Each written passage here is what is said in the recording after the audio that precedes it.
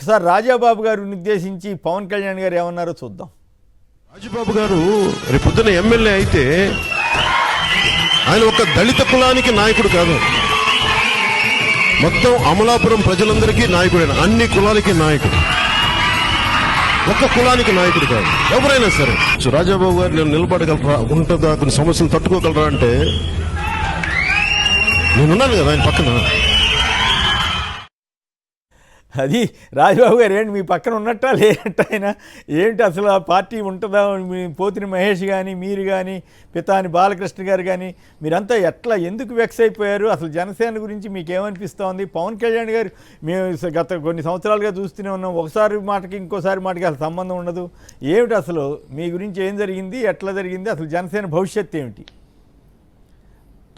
జనసేన భవిష్యత్తు అనేది అది ముగిసిన అధ్యాయం సార్. ఇక దాని గురించి మనం ఎక్కువ మాట్లాడుకోవడం కూడా అనవసరం. ఎందుకంటే పవన్ కళ్యాణ్ గారు ఒక నిబద్ధతతో పనిచేస్తారు, ఒక ప్రత్యామ్నాయ రాజకీయ వ్యవస్థను ఏర్పాటు చేస్తారు.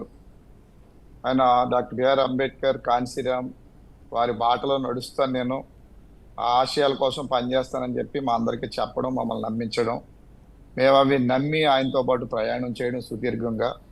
ఇవాళ రాజకీయాలు అంటే చాలా ఆర్థిక వనరులు సమకూర్చుకుని, అంటే ఒక వ్యాపారంలో, రాజకీయం కూడా ఒక వ్యాపార రంగంలో ఉన్నటువంటి ఈ పరిస్థితుల్లో మాలాంటి మధ్యతరగతి కుటుంబాల నుంచి రాజకీయంగా మనం ఎదగాలి, మనం కూడా ప్రజాసేవలో పాల్గొనాలి, దానికి ఒక నిబద్ధత గల నాయకత్వంలో మనం నడిస్తే మన కళ నెరవేరుతుందని చెప్పి మేము 2009 ప్రజారాజ్యం పార్టీలో అప్పటి నుంచి పనిచేసాం.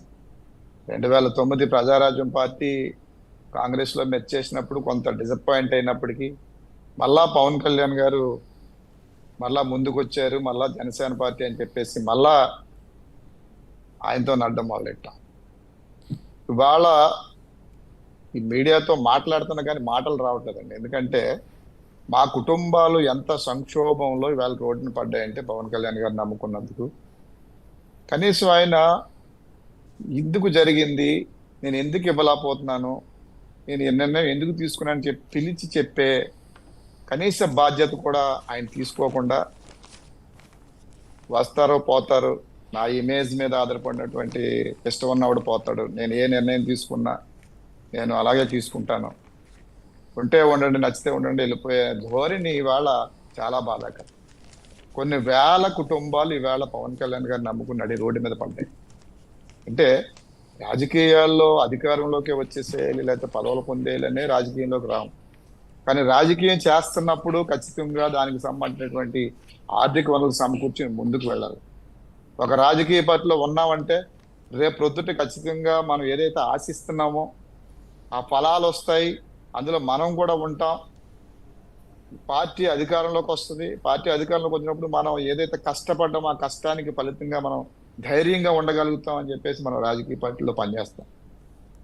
కానీ ఇవాళ అసలు ఆయన పార్టీ పెట్టినప్పటి నుంచి ఈ రోజు నుంచి కూడా ఇవాళ చెప్పింది రేపు చెప్పే పరిస్థితి లేదు. ఇవాళ ఏదైతే పవన్ కళ్యాణ్ గారు చెబుతారో రేపు ఆయన ఇంకొక మాట చెప్తారు, దానికి ఆయన ఇంకొక సిద్ధాంతం వల్లిస్తారు. మీరు ఇప్పుడు నాకు వీడియో చూపించారు, నాకు చాలా బాధ అనిపిస్తుందండి. ఒక విధంగా ఏంటంటే ఇవాళ మేము ఉన్న పరిస్థితుల్లో అసలు మా జీవితాలు ఏంటో మాకు అర్థం కావట్లేదు.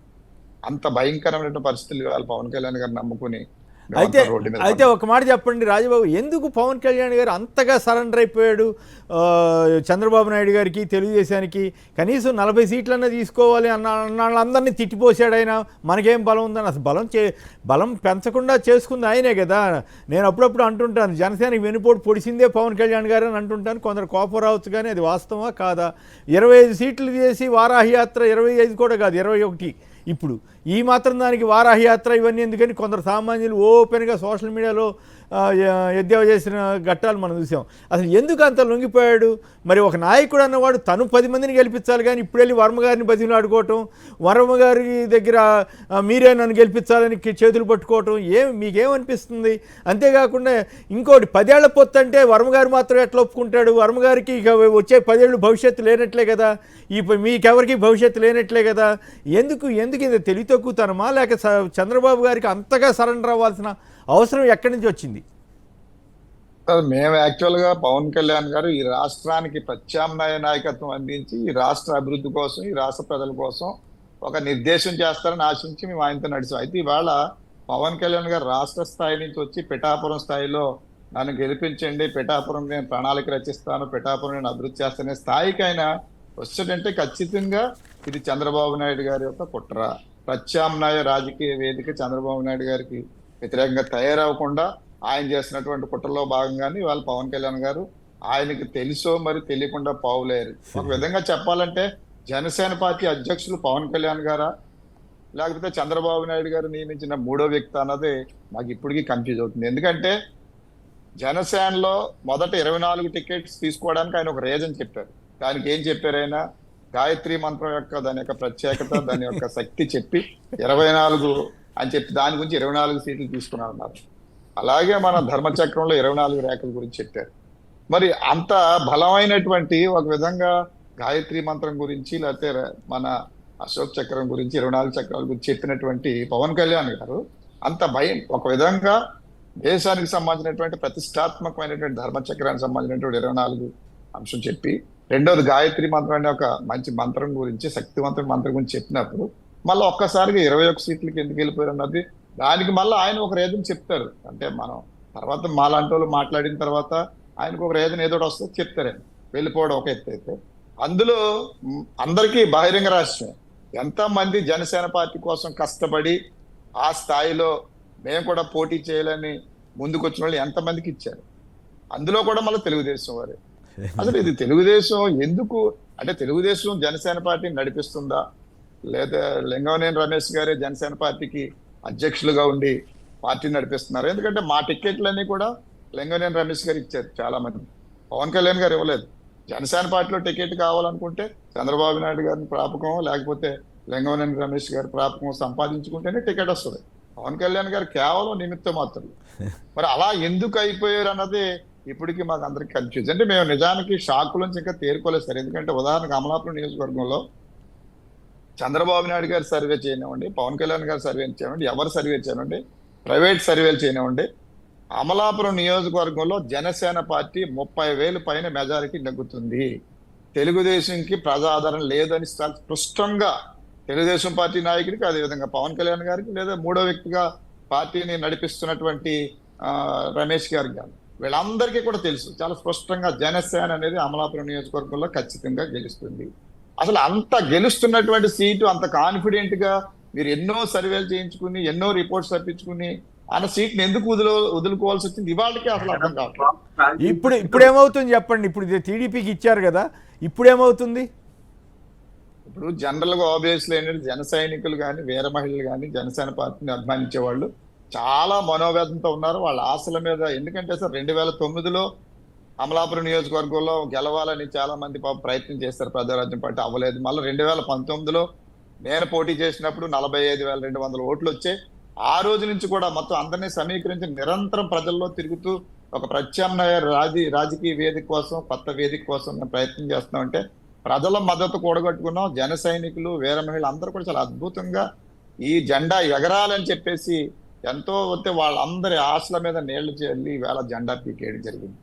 ఆ జెండా పీకేయడం అంటే అమలాపురం అనేది ఒక ప్రభావిత నియోజకవర్గం, రాష్ట్ర వ్యాప్తంగా దాని వైపు కాపు సామాజిక వర్గం కానీ మిగతా రాజకీయ విశ్లేషకులు కానీ అమలాపురం ఉన్నటువంటి ఒక ప్రత్యేకత. ఆ ప్రత్యేకత ఉన్నటువంటి నియోజకవర్గంలో జనసేన పార్టీ గెలవడం ద్వారా ఆ పార్టీ రాష్ట్రంలోనే మరింత పునాది వేసుకునేటువంటి మహత్తరమైనటువంటి అవకాశాన్ని చేతులారా ఆయన ఎందుకు వదులుకున్నాడంటే ఖచ్చితంగా చంద్రబాబు నాయుడు కుట్రని కూడా కాదు, చంద్రబాబు నాయుడుకి ప్రత్యామ్నాయంగా పవన్ కళ్యాణ్ ఎదగకూడదు. పవన్ కళ్యాణ్ కేవలం ఒక అసెంబ్లీలో ఒక ఎమ్మెల్యేగా మాత్రమే ఉండాలి. అంతకు మించి ఆయన ఒక పార్టీ నాయకుడిగా ఎదిగితే రేపు చంద్రబాబు నాయుడుకి ఇబ్బంది. కాబట్టి చంద్రబాబు నాయుడు గారు అయితే తప్పు చంద్రబాబు ఎందుకు అవుద్ది? మీ నాయకుడుగా ఉన్న ఇప్పుడు అఫ్కోర్స్ మీరు ఇప్పుడు వదిలేసి వచ్చారనుకోండి, పవన్ కళ్యాణ్ తప్పు అవుద్ది, కానీ చంద్రబాబు ఎందుకు తప్పు అవుద్ది? చంద్రబాబు తెలివైనోడు, పవన్ కళ్యాణ్ ఎక్కడ పెట్టాలో అక్కడ పెట్టాడు. ఆయన మొత్తం ఆయన పరువు తీసేసుకుంటుంటే పవన్ కళ్యాణ్ తప్పు అవుద్ది, కానీ చంద్రబాబుది ఎట్లా తప్పు పడతారు? ఆయన కుట్ర స్వభావం ఉందని మీరు గతంలోనే చెప్పారు కదా పవన్ కళ్యాణ్ గారే.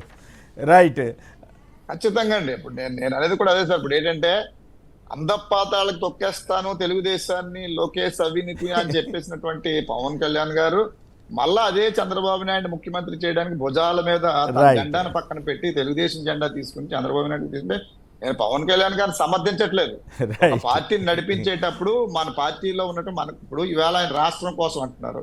మేమంతా కూడా జనసేనలో ఒక కుటుంబం.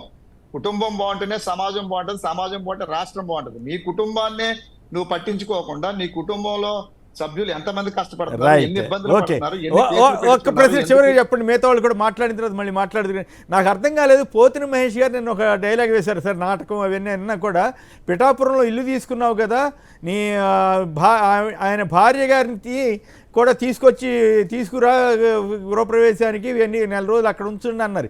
ఏమిటి దాంట్లో నాకు అర్థం కాల, మతలబ్ ఏమిటి? అదేంటే సహజంగా ఇప్పుడు ఇవాళ కొత్త సంవత్సరం సార్, ఉగాది నామ సంవత్సరం. అంటే ఆవిడ రావడానికి ఇష్టపడటం లేదా, లేకపోతే చేసినప్పుడు కాదు కాదు కాదు ఆవిడ రావడానికి ఇష్టపడటం లేదనే ఉద్దేశంతో అన్నారా, లేకపోతే ఏమిటి అసలు నాకు అర్థం కావట్లేదు. అది నాకు తెలియదు మరి, ఎందుకంటే సరే నేను అనుకోవడం అయితే పోతిన మహేష్ అనడం అయితే దంపతులు ఇద్దరు గృహప్రవేశం చేస్తే బాగుంటుందని అనుకోవచ్చేమో అనుకుంటున్నాను. ఇప్పుడు ఎందుకు అంటాడు ఆయన పార్టీ జెండాలను తగలబెట్టేసిన తర్వాత? నాకేదో డౌట్ ఉంది, మీకు మరి తెలిసో అదే తెలియక ఇంకా మీకు ఏదో పీకుతున్నట్టుంది. వాస్తవం చెప్పడానికి మీరు వెనక ముందు ఆడుతున్నట్టున్నారు. సరే అది మీ ఇష్టం అనుకోండి.